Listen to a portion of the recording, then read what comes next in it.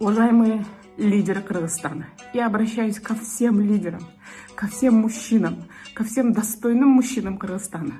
Меня зовут Гульзат Мамытбек, я вдохновитель нации и планеты. Но сейчас я не могу улыбаться, потому что мои дети плачут, моя мама плачет, и я плачу, и все время это скрываем.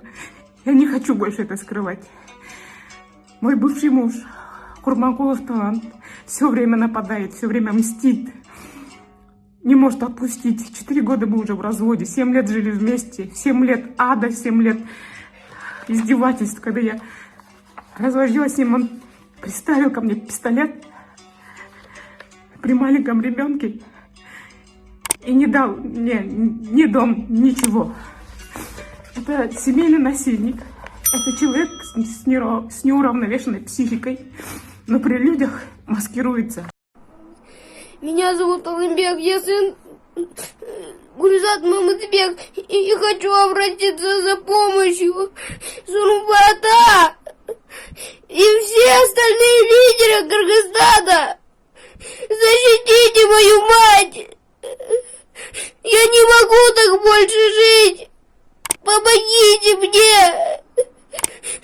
Если вы не поможете, то моей маме грозит тюрьма.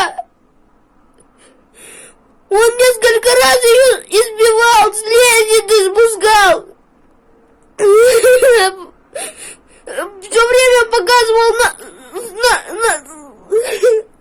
мне сестрой оружие, чтобы нас запугать.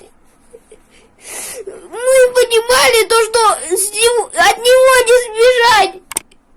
И пока что находились там. А теперь я хочу...